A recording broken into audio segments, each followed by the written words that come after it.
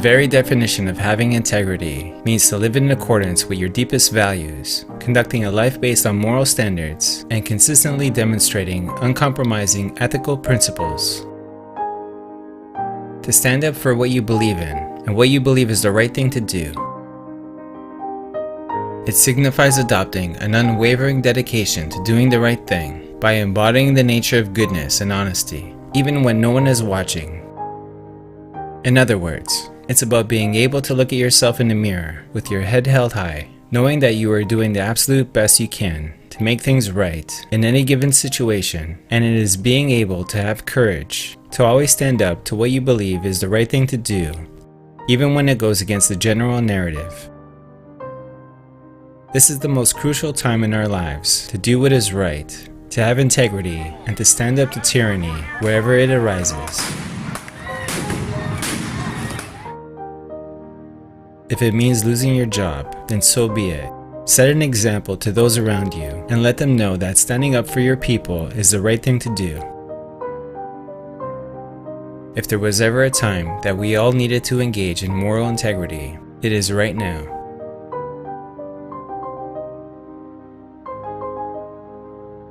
What we are currently witnessing all over the world is tyranny by the shadow governments, and it's only going to get much worse than what we are seeing now.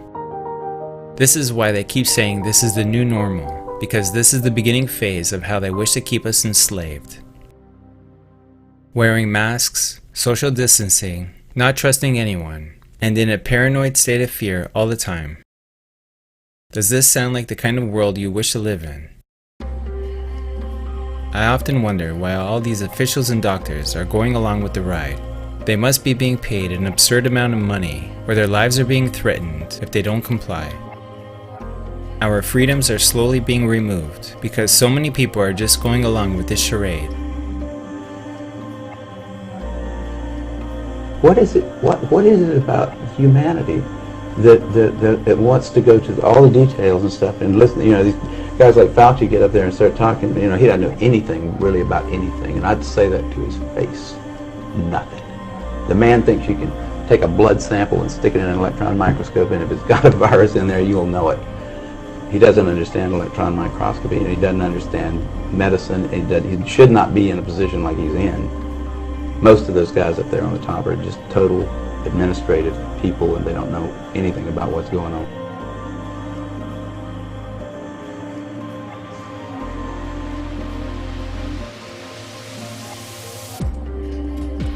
First, they presented a problem by repackaging the seasonal flu into the COVID-19 pandemic. Then they get the reaction from the public. Quite naturally, they are scared, so they ask for help, and then your government presents the solution, the vaccine.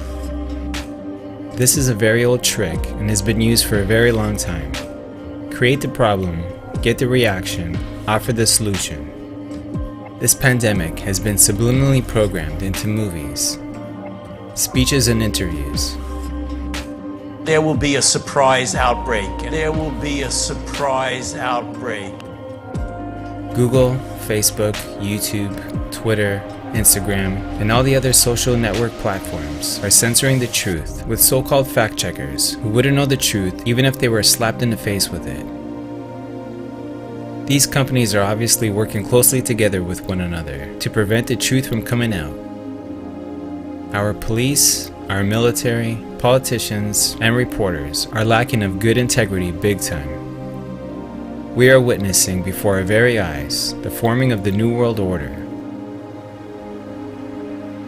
This will bring the darkest possible reality to our world that any of us could ever imagine, and it seems as if most of these people are just letting it happen and falling right into their trap.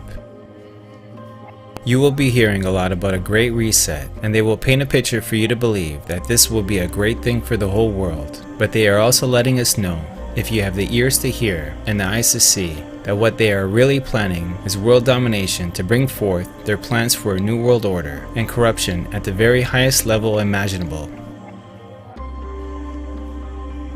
While we were asleep at the wheel, we allowed our governments to abuse their positions of power and control over us.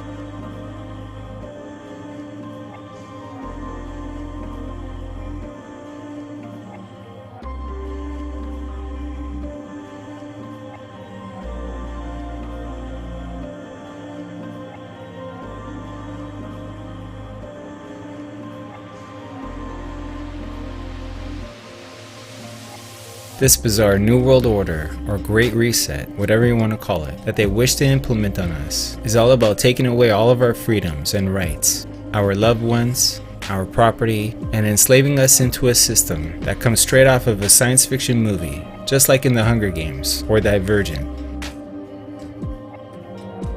We have let big tech giants, dirty politicians, and government take control of our lives by locking us up in our homes, by closing down our businesses, and now is the time to take it all back. Us sovereign human beings do not need a government that wants to suppress us or lie to us. This whole virus thing has been planned out a long time ago. Just like George Orwell said, if you want a picture of the future, imagine a boot stamping on a human face forever. The moral to be drawn from this dangerous nightmare situation is a simple one. Don't let it happen. It depends on you. They have gone all in with their evil plans for this new world order, and they will stop at nothing to succeed, and that's what we need to do. We need to stop at nothing to make sure that this never happens. It is only up to us to stop them from getting away with all these lunatic, tyrannical crimes against humanity. Unfortunately, many people are falling for this trap fairly easily and look at people such as myself as a conspiracy theorist and discard the mountain of evidence that is right underneath their noses. No one is coming to save us. There is no army or superhero that will fight them for us. It is only up to all of us to unite and use your skills to help us in any way you can before it's too late. We are all brothers and sisters, and if we don't unite now, then our future for our children and for future generations will look just like George Orwell predicted in his book 1984. This is absolutely what biblical prophecy is all about. The prophecy for the mark of the beast is happening right now, and it really is up to us to make sure that this never happens. The last time we witnessed something of this proportion was in Nazi Germany, directed by the same cabal entity that we see today. Malcolm X once said, "The media is the most powerful entity on earth. They have the power to make the innocent guilty and to make the guilty innocent. And that's power, because they control the minds of the masses." This message is for you. A great man once said that evil is powerless if the good are unafraid. But you and I have a rendezvous with destiny. We'll preserve for our children this, the last best hope of man on earth, or we'll sentence them to take the last step into 1,000 years of darkness. We're at war with the most dangerous enemy that has ever faced mankind in his long climb from the swamp to the stars. And it's been said if we lose this war, and in so doing lose this great way of freedom of ours, history will report with the greatest astonishment that those that had the most to lose did the least to prevent it from happening. Well, I think it's high time now that we ask ourselves if we still even know the freedoms that were intended for us by our founding fathers. Every generation of Americans needs to know that freedom exists, not to do what you like, but having the right to do what you ought. You weren't made to fit in, my brothers and sisters. You are born to stand out. Set yourself apart from this corrupt generation. Be saints. God bless you.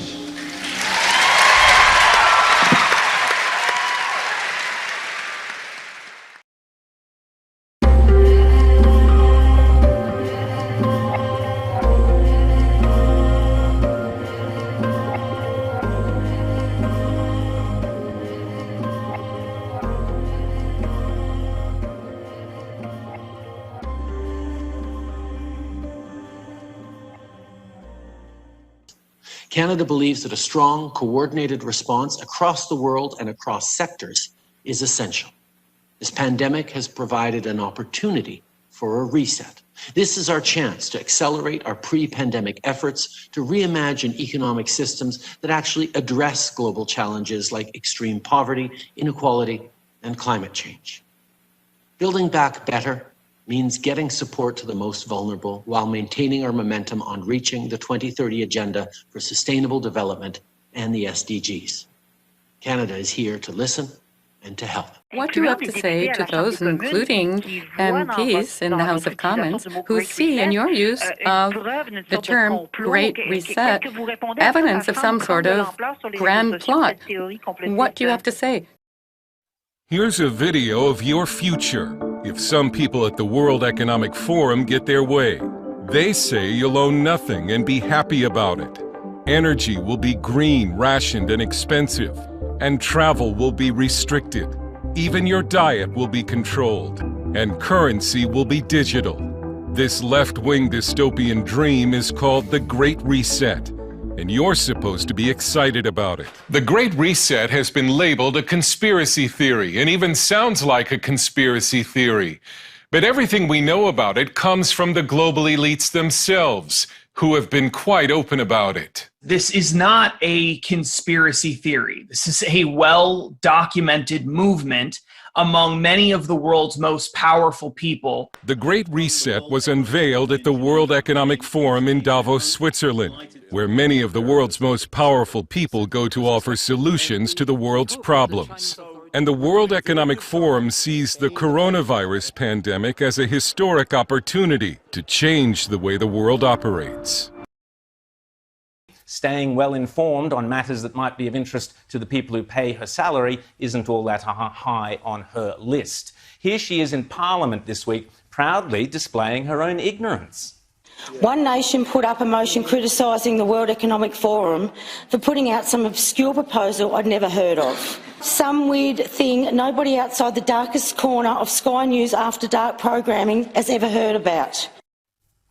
Well, Jackie, allow me to enlighten you. I'm sorry that the taxpayers of Tasmania pay you over $200,000 a year to stay spectacularly uninformed, but there you have it. First up, although, I am delighted to appear on Sky News After Dark and even to appear on the darkest corners of Sky News After Dark. I have been talking about the Great Reset for the last couple of months here on Outsiders, which is in fact a daytime show. Indeed, it is the #1 rating show on all of Sky News daytime every single week. So please, when you're trying to insult people, it does help if you are at least a teensy bit accurate. Secondly, as I would hope you're aware, Australia is a high-paying member of the United Nations. We are a member of the International Monetary Fund, and the Australian taxpayer spends a fortune sending top politicians and public servants year in, year out in luxury style to attend the World Economic Forum in Davos to help map out global economic structures. It was Matthias Corbyn at the beginning of this year. On top of which, Prince Charles is our future monarch. So when these four extremely powerful and influential bodies line up to tell us what they are planning for our economic future, it's worth maybe just paying a little attention.